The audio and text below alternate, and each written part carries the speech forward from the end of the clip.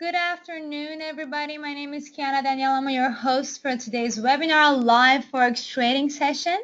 Thank you so much for joining us. We have so many awesome people joining us today. That's awesome. I just want to quickly make sure that you have no problem hearing my voice. Please type in the Y for yes if you can hear my voice clearly.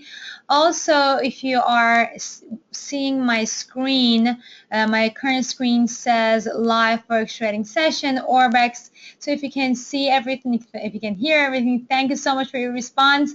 All right, so it seems everything looks good. Welcome, Mohammed, Sealy, Tarek, Wikio, Zen Nielsen. I'm sorry if I'm mispronouncing your names. Jan, Derek, Andrew, Alexander, Alam, Maria, another Mohammed.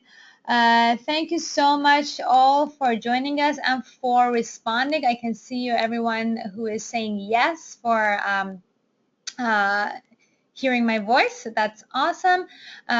Before we start, let me tell you that this definitely is a live webinar, so please do take advantage. Ask me questions during the webinar so that we can hopefully go through it and answer your questions. Today, we are having this webinar at just the right time because we are 2 hours away from the FOMC statement coming out. So as you may have noticed, we have been having a bit of a volatility all day today. Well, right now it's 12 p.m. here in New York. I'm assuming we have people from all over the world. Who's from New York? Just type it in where you are from so I can give you a shout out. But hopefully it is a good timing for you to be alert and actually get into trading. So do we have anybody from New York here? We have people from UK. Welcome, London. We have Derek from UK. We have Raphael from Japan, Vancouver. Wow, this is like basically United Nations over here. That's awesome. Welcome, everybody. So today, as I said before, we're going to do a live Forex trading session.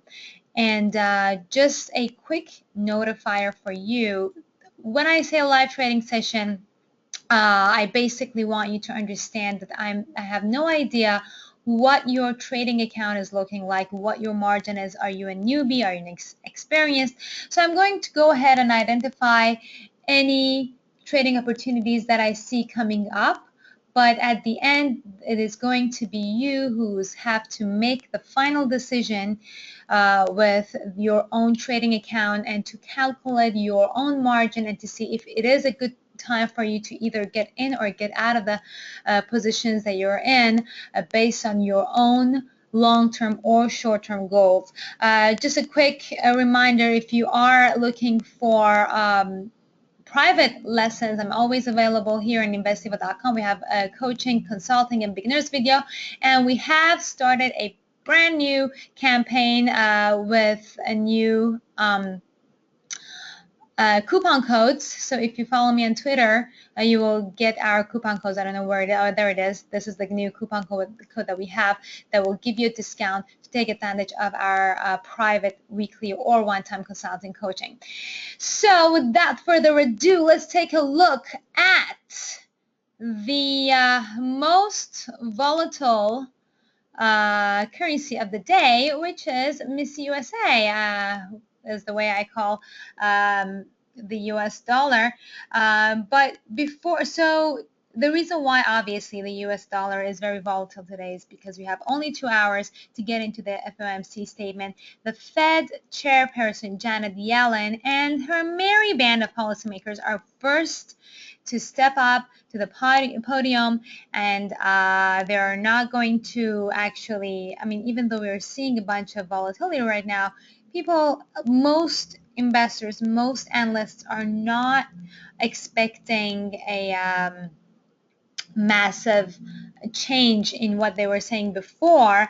And on the downside, a lot of people are expecting that they're not going to be as upbeat as their previous statement, obviously, because of everything that we've seen in the current global situation, especially with China. If you don't remember, the FOMC pushed through their first liftoff last December and became the first among its major central bank peers to hike interest rates in a long time, in over a decade. That was the first time that they raised the interest rate. So that gave a lot of people hope that the U.S. is doing really good. And a lot of data out of the U.S. economy showed that the U.S. in fact is doing pretty well comparing to, let's say, Australia, the U.K., China, or Japan. But fast forward a month later, which is now, the downside risks to inflation are back because, again, because of the global economy that is facing a weaker growth prospect.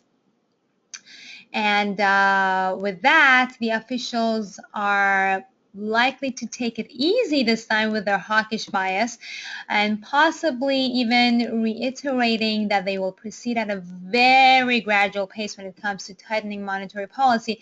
Last time, Janet Yellen said that the rate hike or monetary policy is going to be gradual. This time they may add a, interesting adjective, such as very or extremely gradual, to make it less hawkish as it was before. For those of you who are new here, hawkish means eager, or a lot of having a lot of risk appetite, or having a lot of appetite, being positive about the economy. So some of the downers from the U.S., even though we've been having a bunch of good stuff coming out, some of the downers have been, the inflation. And in their last minutes of the December statement, they did indicate that the inflation trends could be at the front center of their decision making from now on.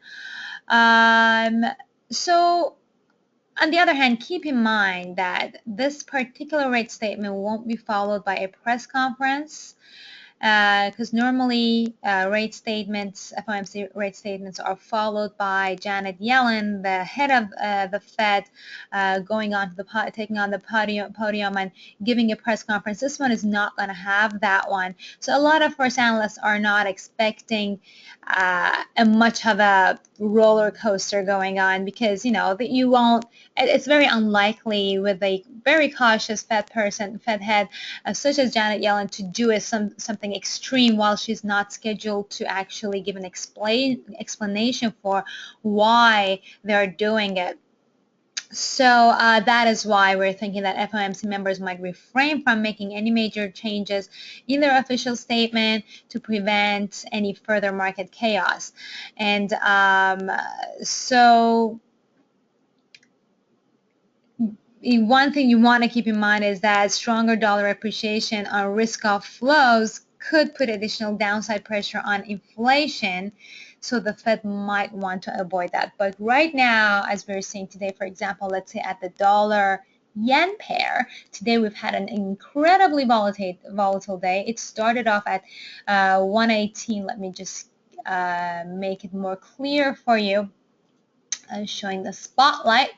So as you can see, we started off today at around 118.40. It tested all the way back to the support level of 118, and now it's almost reaching 119. So 100 pips basically ride today, and right now is full forcing going up right before the statement.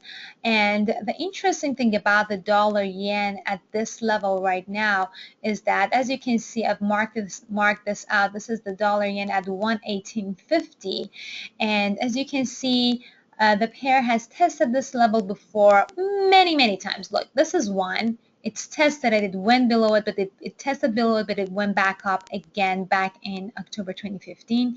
Then again back in August 2015. Then again in April 2015, April 9th, March, and even before that in February, and even before that. So if you go back, you'll see how many times this level has been tested.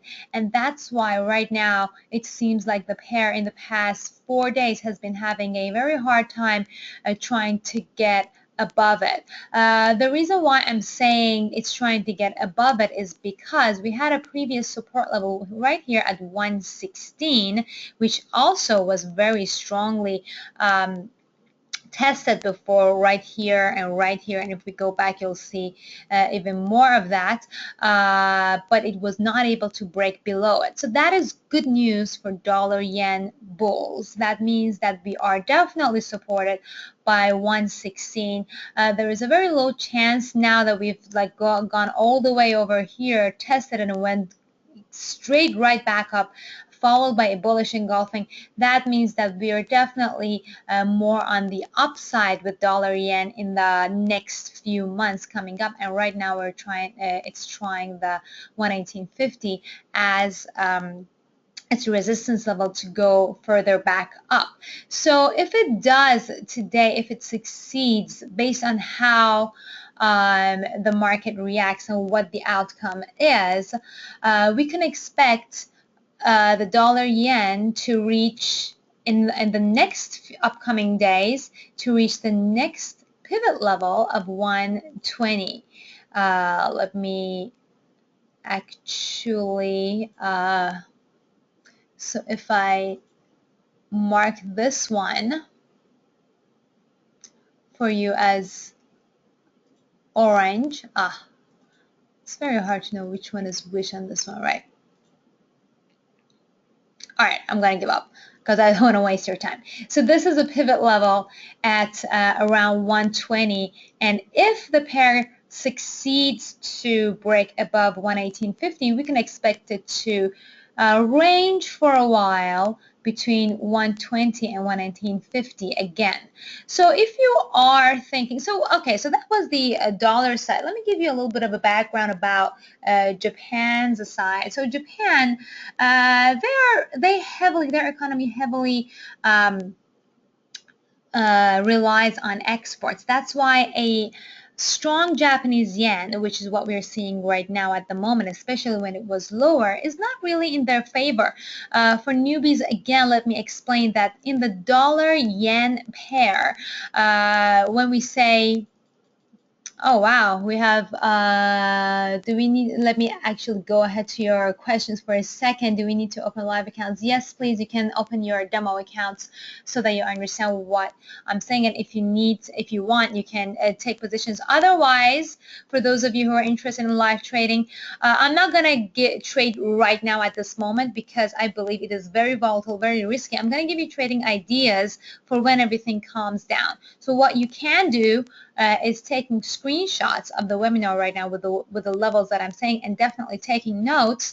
And we are going to upload the webinar later on Orbex, so you can check it out as well. But one thing you can do is basically taking notes and then getting to the positions after the whole FOMC thing pans out, because right now it's just too volatile to really trade at this hour, but it is going to give us a lot of options of how to trade after this. So with that in mind, as I was saying, talking about Japan is not very happy with Japanese yen getting very strong, which means I'm sorry, with the Japanese yen, yeah, getting very strong, which actually brought down the dollar yen pair all the way down to 116. So when in the currency world, so one thing that you have to keep in mind, especially if you're a stock trader and you don't understand how come if the Japanese yen gets stronger, the dollar yen pair goes down. That is because the Japanese yen, look at this, this is dollar yen pair, and the Japanese yen is quoted second. So the lead in this pair is the US dollar, and the Japanese yen is basically the follower.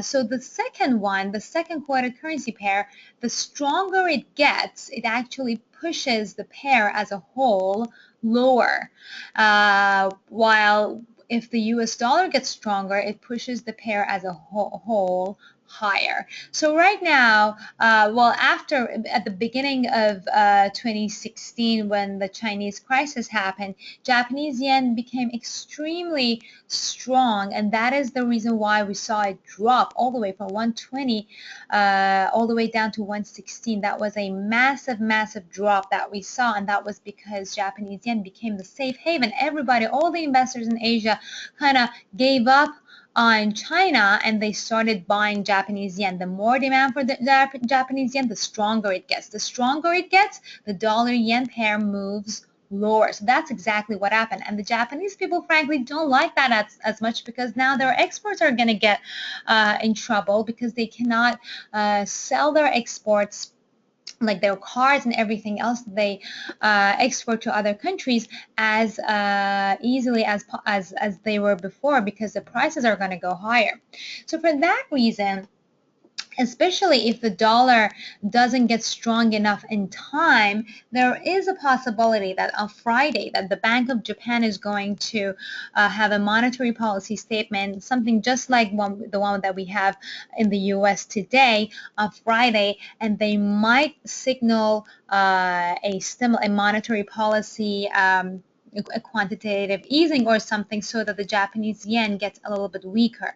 So really depending on how the FOMC statement pans out today, and if, let's say, the FOMC, the Fed is not as upbeat as they were before and the dollar drops because of that, the Japanese are going to probably get into action and start to do a quantitative easing on their own, so that they can push the dollar-yen pair a little bit higher up, right? So here's a scenario that we want to keep in mind for the dollar-yen today. Right now, I don't recommend, as I said, any kind of trading, because we're very close to the end of this candlestick and we want to see how the FOMC pans out. If the FOMC is less upbeat than expected, we could expect the pair to drop back to the 118 level.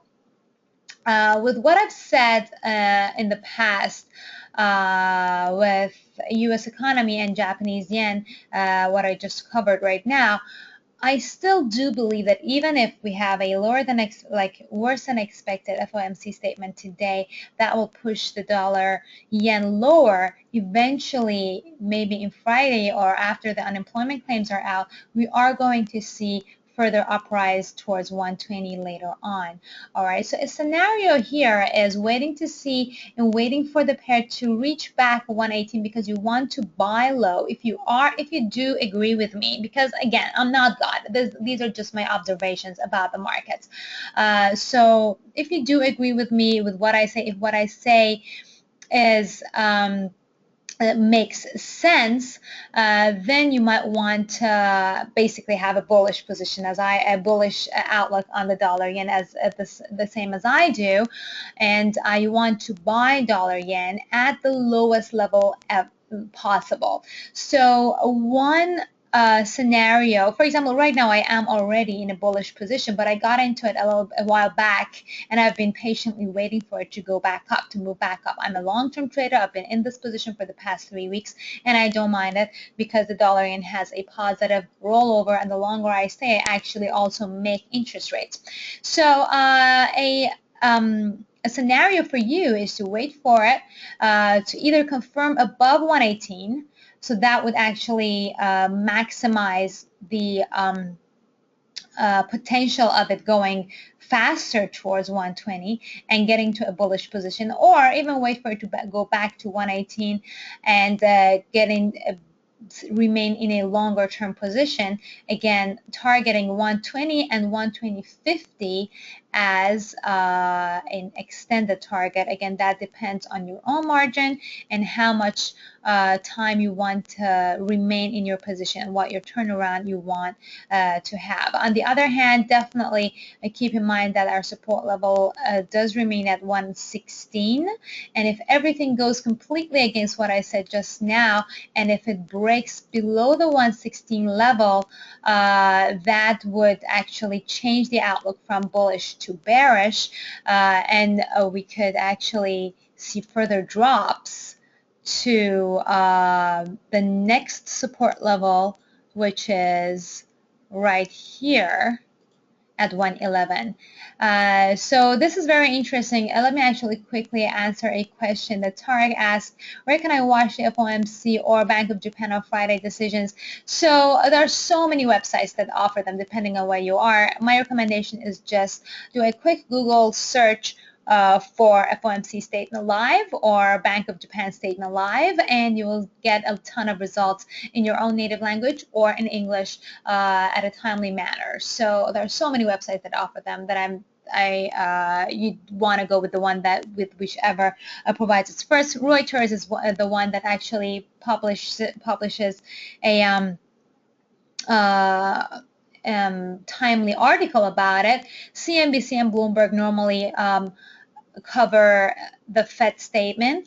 Today is a statement, so nobody's going to talk live, so it's going just to be a statement, and you can find them also on the government official websites.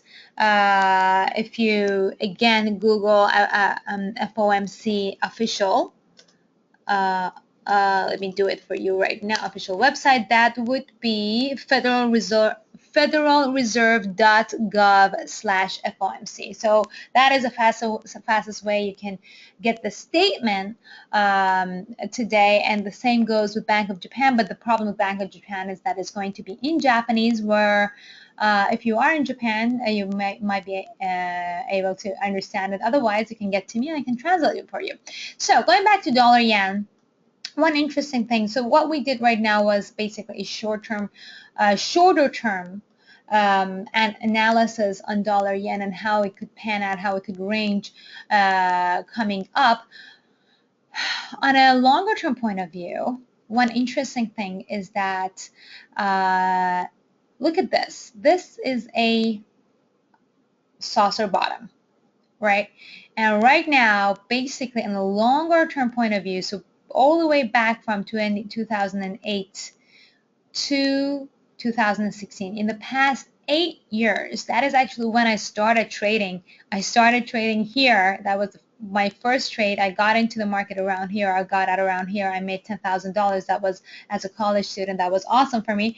So anyways, at saucer top, what we wait for is a break above the neckline. And so the neckline basically is the 123.50 right over here, which it tested before. It has been testing it all the way back from May in 2015, but it has not been able to break above it. So one thing but at the same time, we do have higher highs from previous levels from when Japan was really in a good shape over here and over here. Right, so our previous outlook was if the pair is actually able to break above 125, then we can actually expect further upsides towards, let's say, well, that is a resistance level, but the target that we had at the time was a little bit lower, just to be safe, was about at 130. So that was the outlook that we had before, but unfortunately it was not able to break above 125, and now we've had a little bit of a pullback. So one of the technical reasons for a pullback is just because the market is tired and it wants to take a rest from going up, and the Forex market moves in cycles. So one thing that you can do to see basically how low the market can go is to use the Fibonacci retracement levels, which is what I just did right now. From the bottom of the most recent trend, strong trend, which is this uptrend from back in 2011 up to 2015, and looking at the retracement levels. So here actually we see that the first Fibonacci level is actually right here at 113, which actually makes even more sense than what I said before. The interesting thing about it is that 113 was tested. Well, 113 and 111 were both tested back in 2006, but at the same time it was also tested back in 2004. It was also tested back in 1999 and 1996. So this is also a very historically important level. So there definitely is a chance that if we do see a break below 116, we could go all the way back down to 113. So just keep that in mind. But with the fundamentals, it seems a little bit unlikely that we reach those levels. With the technicals, the possibility definitely is there. The time frame, Michael, that I have here for dollar yen is the monthly. This is the monthly chart for dollar yen, and previously we were doing a short-term technical analysis on the daily. On the daily, this is how the pair has been ranging between 125 and 116 in the past year. All right, so that's the strategy for dollar yen. To sum it up, my overall outlook is bullish. If you want to get into a bullish trade, you might want to wait for the volatility to calm down. We could see a pullback back to 118 after the FOMC, and then over the next 3 to 4 years, we could see further gains towards 120. On the downside, what could change our outlook is a break below 116 that would open the doors for further drops to 113. So that's that for dollar yen. Any other questions over here for dollar yen, or we can move on to our next prospect currency. So the next prospect currency that we have is well, one thing that I do want to mention before I move on to, I want to take a look at Australian dollar. But one other thing that we have coming out today, right after FOMC, is actually the Reserve Bank of New Zealand rate statement. All right, so right now, again, just the same as the FOMC, we are not expecting any monetary policy changes because the RBNZ governor, Mr. Wheeler, is not really known for, not known, but he's expected to keep the rates maintained at 2.5%. The economic situation for New Zealand hasn't been too awesome these days. Their latest set of quarterly inflation data indicated a sharp 0.5% drop in the price level. And one thing that New Zealanders are very reliant on is dairy products like milk and cheese. And their dairy sector has been struggling to get back on its feet.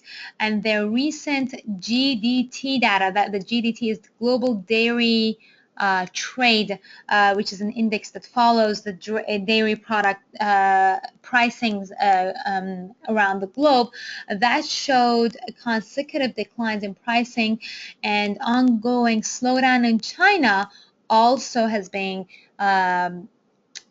negatively influencing the Kiwi dollar. And so in that sense, actually, New Zealand is very similar to Canada, Canadian dollar, and the currency, the depreciation of the Kiwi is actually providing some sort of support for local price levels, because this makes imported goods more expensive. One other reason that we might not see any kind of changes coming out from New Zealand is that they just cut interest rates by 0.25%, and we might not see anything more from their statement this time. The interesting thing we want to keep in mind is that when they cut interest rates back in November 2015, was that instead of the market actually going down, because that's what normally happens when the interest rates go down, the currency gets stronger, gets weaker. That did not happen with Kiwi at that time. That was very weird, and the reason why could have been that the market had already priced in an interest rate cut. So the actual interest rate cut didn't really affect the markets and actually started going back up. That also had to do with the US dollar basically also having been priced in for a Fed rate hike. So the combination was very interesting. But the technical point of view for Kiwi dollar is basically this very beautifully formed double top pattern. The double top, this M shape right over here, is testing the neckline right now is the 0.64, And if anything negative comes out of New Zealand today, and if a more positive things comes out of the US today, we could then see further declines and a completion of the double top towards 0.62. Right now that the Kiwi dollar is rising, actually it could be a good time to get into a Kiwi dollar bearish position, targeting one of these levels. If you're a short-term trader and if you want to get out of it faster, this 0.63 could be your first target, and 0.6250 could be your second target. So actually right now could be a good time to get into a Kiwi dollar trade. We have a question from Michael. What time is the FOMC and how will it affect the current trades? I think I covered that. The time will be in an hour and a half from now. And Alexander is asking, how is it possible to know if the markets has priced in? Well, when it was possible to know, because basically what happens is that you see that the prices, for example, in the US dollar case, right? Let's go back to dollar yen and let me explain to you what that means. So in the US dollar case, look at here. The rumors of a rate hike started way back, like around here. Maybe actually dollar yen is not the best example over here, but even like dollar Swiss, anything versus the dollar, right? So the rumors for a Fed rate hike started around October or even before that, right? And as we got closer to December and everybody was thinking, okay, will the Fed raise the interest rates in December or in January, December or January. So everybody were talking about it. And as they were talking about it, the rumor made the US dollar artificially stronger. And we could see the dollar Swiss just going up and up and up before the interest rate hike. Dollar yen going up and up and up before the interest rate hike. Dollar CAD going up and up and up before an interest rate hike. So that was how we knew that the market had already priced it in before an actual rate hike. And guess what happened? After they actually rose the interest rates, nothing happened. The dollar actually started to drop because we already had the prices priced in. So that's what happened. But the bottom line is that these are, again, buying the rumor and selling the news. All right, so that's basically based on the market psychology. But in a long-term point of view, even though that happened, like let's say with dollar yen, and after the actual interest rate hike, the dollar yen started to drop, which is pretty amazing.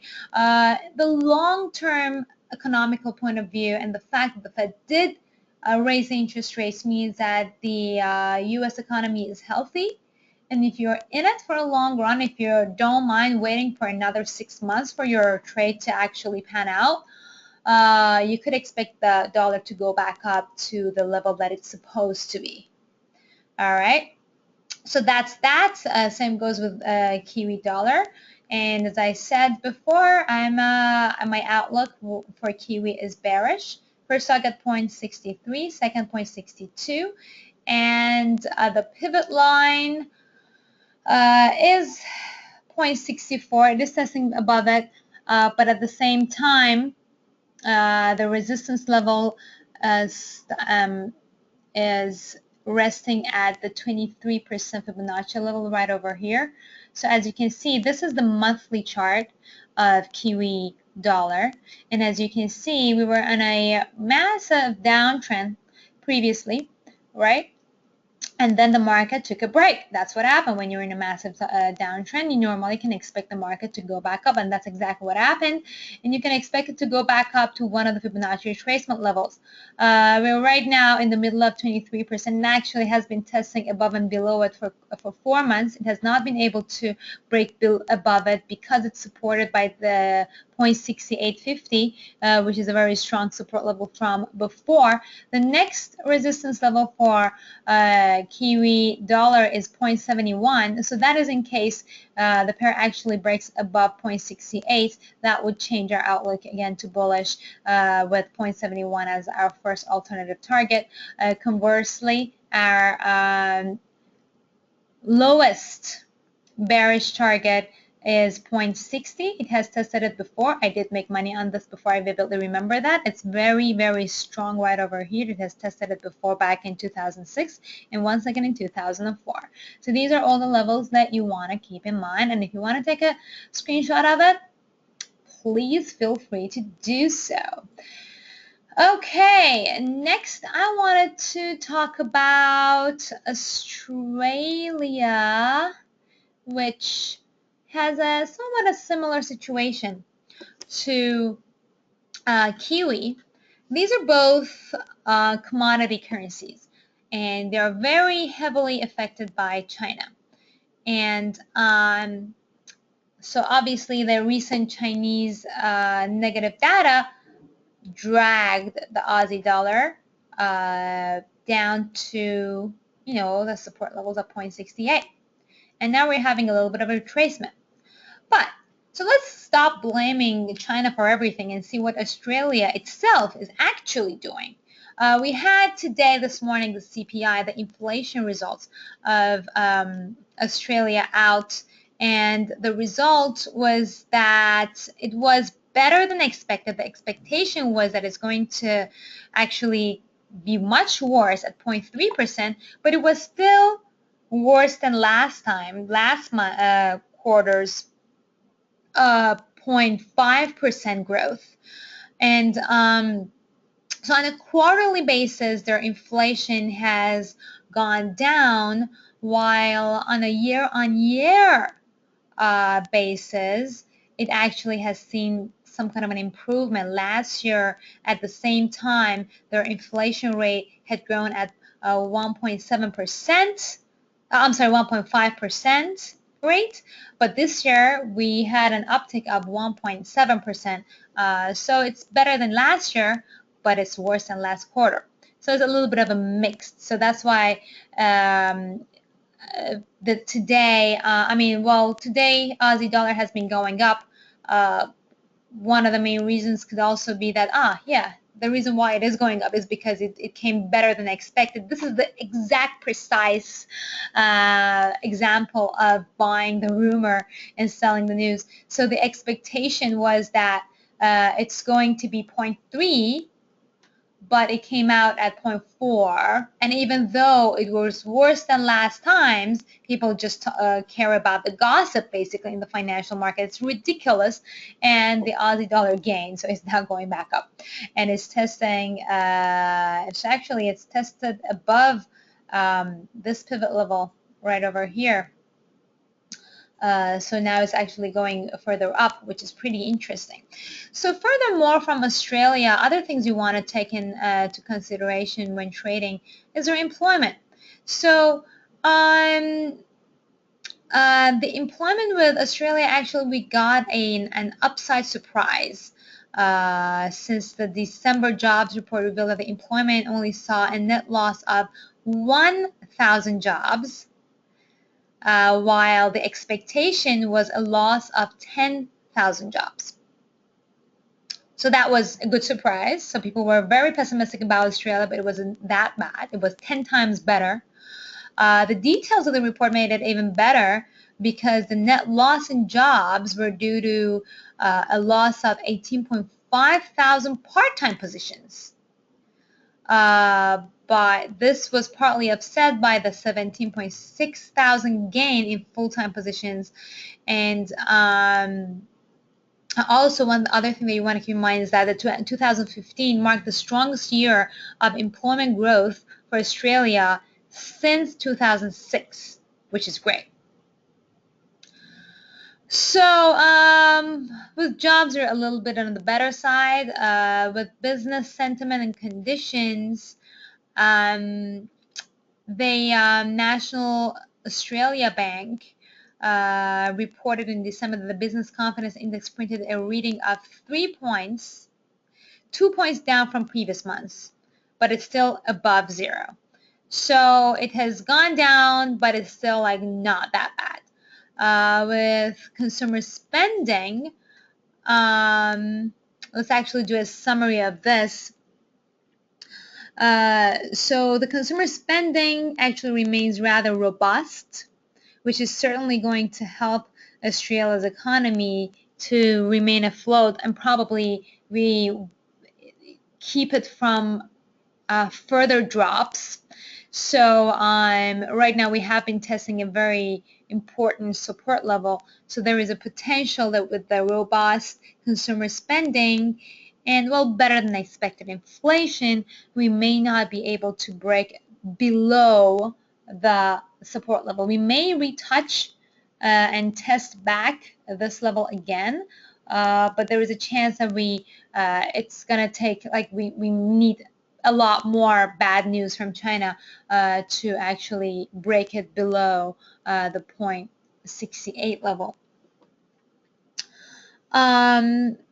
So on the other hand, though, the PSI report, let me just take a look at this one, which is a leading indicator, hints that possible troubles in the retail trade sector, which is bad since the retail trade sector performance is a good gauge for consumer spending. So although the consumer spending has been good and we could attribute that to Christmas shopping, retail sector has not been doing well, and that could affect their consumer spending. And while there are signs of a shift away from resources sector, the contractions in industrial imports during October and November imply that the shift is slowing down, and this contractions could likely hurt the Q4 2015 reading for Australia's GDP. So that is also going to, on the other side, hurt the Australian dollar. So we have a lot of mixed signals when it comes to Australian economy itself. But as I said again, Australia is heavily impacted by China, and if we do get further bad news from China, that is when, technically speaking, we could complete this cycle. Look at this saucer top right over here with the neckline, which is all the way down around here. So 0.63 is our very, very low support level, which has been tested over here. It's been tested back in 2003. It's been tested back in 1999 and 1997. Crazy. So there is still a chance that we could see the pair dropping further down. In a very long-term point of view, this, even if it's going to happen, is not going to happen overnight. It's going to take at least 6 months to get here, because look how long it takes for the pair to drop. Even at the fastest pace, it drops, for example, right over here from 0.79 to 0.70 over 1, 2, 3, 4, and 5 months. So again, if we are looking at a very rapid shift in the trend of Aussie dollar, if we are looking for a target of 0.63, our best bet for it reaching it in 5 months, which is in July 2016. So again, this scenario is for long-term traders, right? All right, so we have some questions. Let me see what we have. Hold on one second. How do I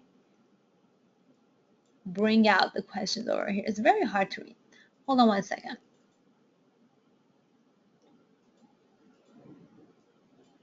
Okay, there we go. Oh.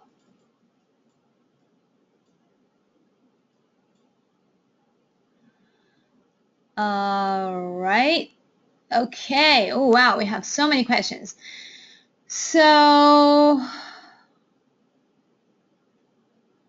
what happened to the time that you guys received? All right.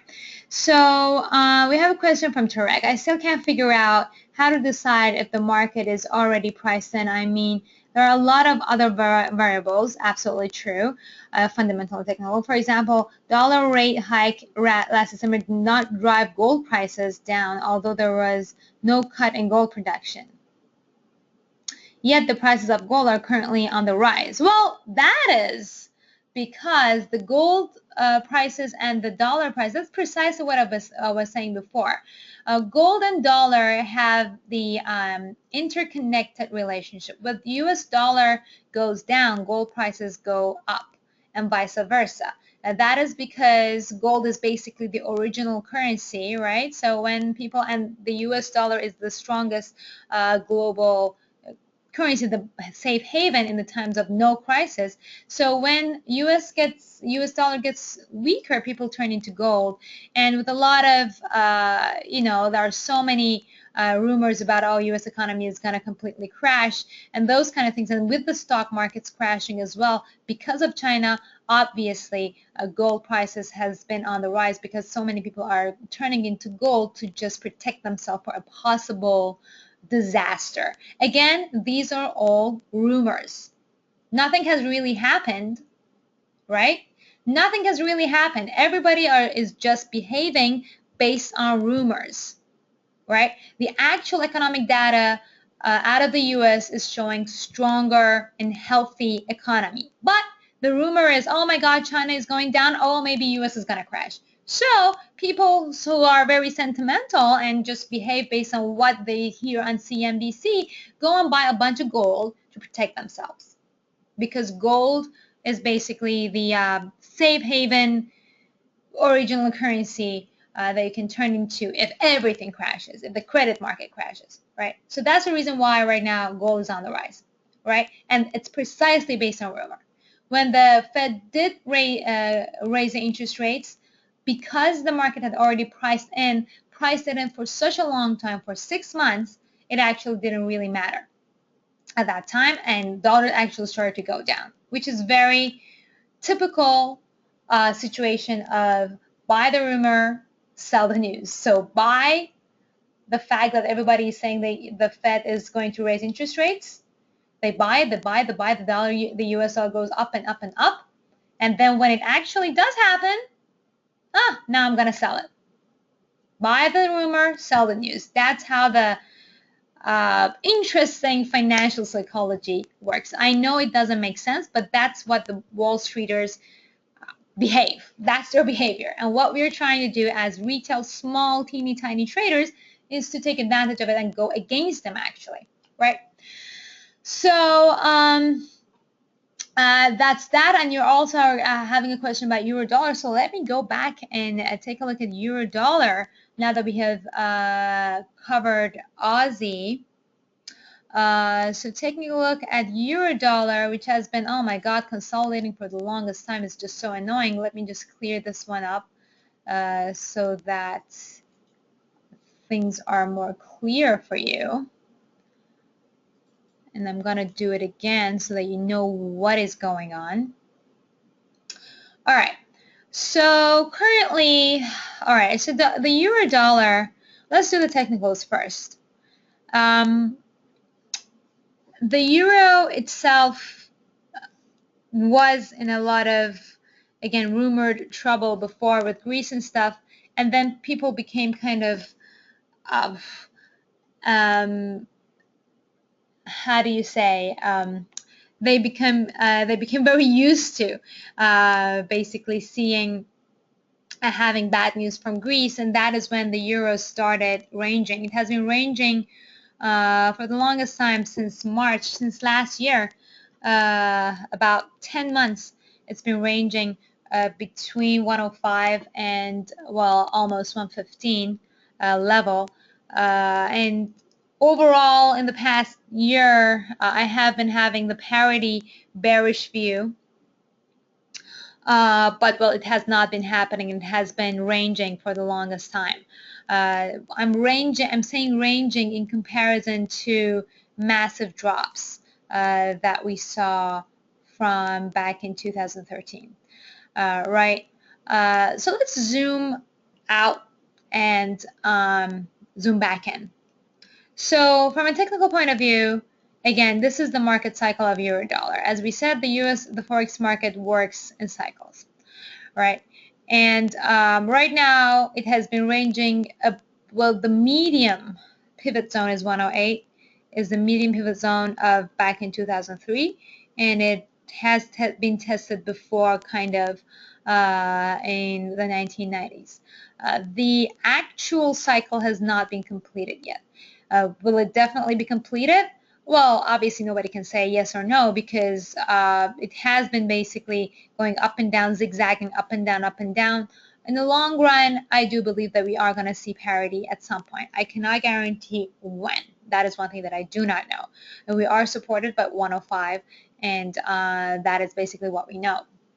This month it has been forming an indecisive spinning top candlestick after a bullish candlestick, and then February's reaction is basically going to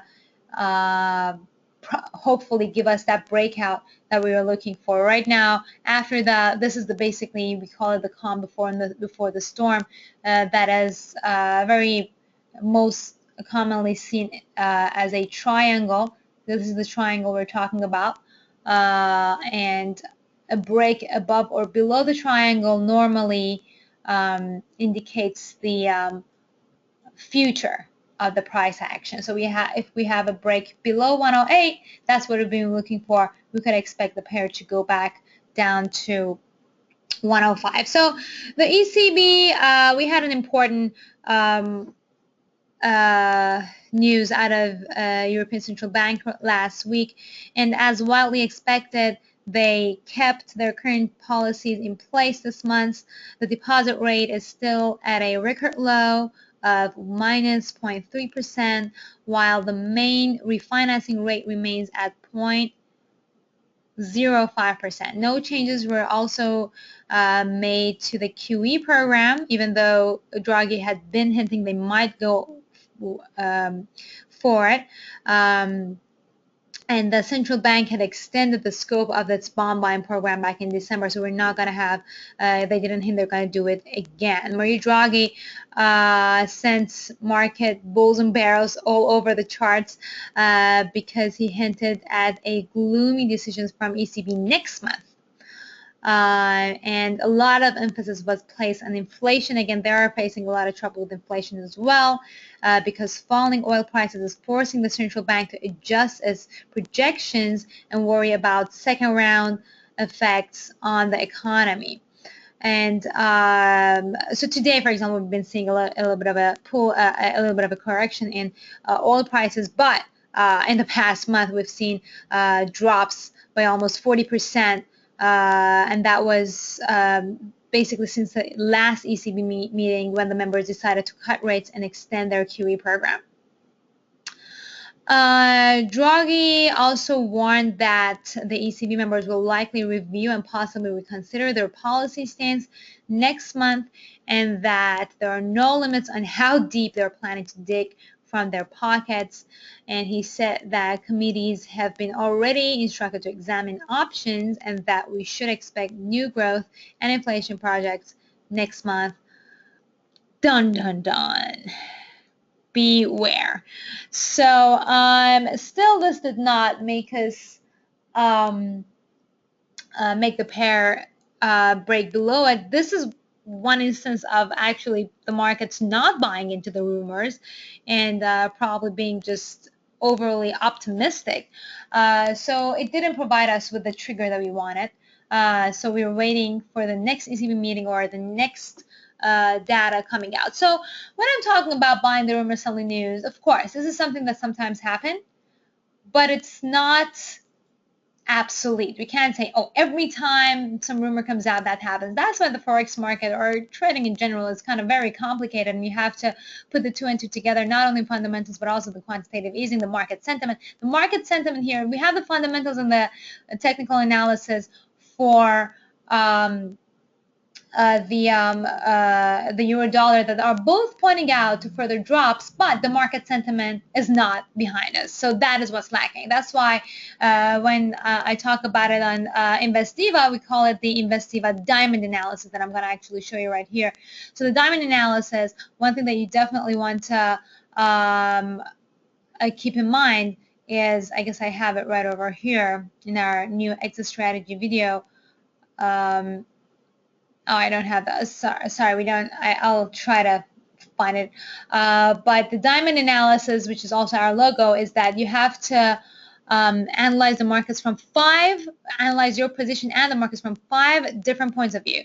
That means you want to analyze the markets from the fundamental point of view, not only that, the technical point of view, not only that, the sentiment point of view,